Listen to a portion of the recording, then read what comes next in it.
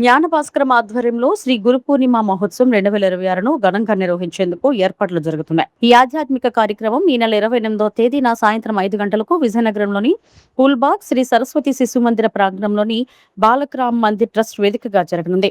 మహోత్సవంలో ప్రవచన వాచస్పతి రామకృష్ణానంద, ప్రముఖ ఆధ్యాత్మిక గురువులు ఉపద్రష్ట వెంకట వరప్రసాద్, యువిఎన్ రాజు పాల్గొని ప్రసంగించనున్నారు. గురుర్ బ్రహ్మ గురుర్ విష్ణు గురుర్దేవో మహేశ్వర గురు సాక్షాత్ పరబ్రహ్మ తస్మై శ్రీ గురవే నమః. మన భారతీయ సనాతన సాంప్రదాయంలోని గురువుని తల్లితో తండ్రితో సమానంగా అంతకంటే ఎక్కువగా కూడా దైవంగా కూడా భావించే సంస్కృతి మనది. ఇటువంటి నేపథ్యంలోని ఈ ఏడాది 29వ తేదీ జూలై నెలలోని గురు పౌర్ణమి వచ్చింది. దానికి ఒక రోజు ముందుగా 28వ తేదీన బాలక్ రామ్ మందిర్ ట్రస్ట్ ఆధ్వర్యంలోని గురు పౌర్ణమి వేడుకలు చేస్తున్నాము. ఈ కార్యక్రమంలో భాగంగా గురువు యొక్క ఆశీస్సులు శిష్యులందరికీ అందాలని ఒక మంచి ఉద్దేశంతో భీమిల్లో ఉన్నటువంటి ప్రవచన వాచస్పతి అని పిలువబడే రామకృష్ణానంద గారిని ప్రత్యేకంగా అభిభాషణ గావించమని, ఆయన తాలూకా ఆశీస్సులు ప్రజలందరికీ అందాలని ఆయన ఆ రోజు ఆహ్వానించడం జరిగింది.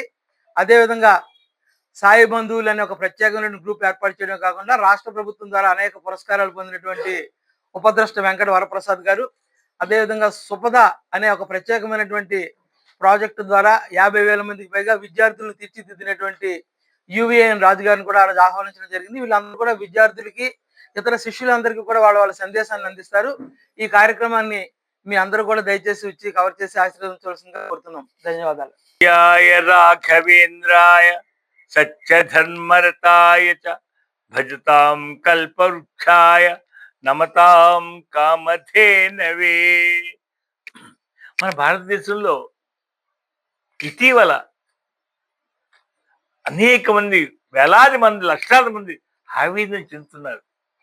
ఏంటి ఆవేదన? మన ధర్మం లోపభూయితమైంది అని చెప్పి రకరకాలుగా ప్రచారం జరుగుతుంది, దుష్ప్రచారం జరుగుతుంది. మామూలుగా కాదు, చాలా భయంకరంగా. దీని మీద నేను చాలా ఆవేదన పొంది ఈ గురు పౌర్ణమి సందర్భంగా ఈ ధర్మం మీద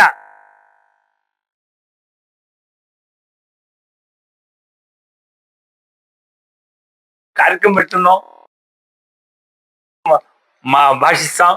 అలాగే ఆ గురువులు వచ్చి దాన్ని పూర్తి స్థాయిలో దాన్ని నిలబెట్టి, ధర్మాన్ని నిలబెట్టే విధంగా వాళ్ళు మాట్లాడతారు. వ్యక్తికి అనుశీలం, అనుశాసనం లేని వ్యక్తులు మాట్లాడుతున్నవి అన్ని ఇలాగే ఉంటాయి ఈ సమాజంలో. ఎవరికి అనుశీలనం లేదు, ఎవరికి అనుశాసనం లేదు. కాబట్టి ధర్మం కోసం తల్లిదండ్రులు గొప్పవారు, దేవుడు గొప్పవారు, గురువు గొప్పవారు. కానీ అందరూ చేసి సమాజం కూడా గొప్పదే. అందులో ఏది విశిష్టం? అన్నింటిలో ఏది విశిష్టం? ఈ విషయంతో పాటు ధర్మం గురించి, ధర్మం యొక్క స్వరూపం గురించి ఈ మహానుభావులందరూ కూడా మాట్లాడి ఒక మంచి సందేశాన్ని ప్రజలకు వినిపిస్తారు. నమస్కారం.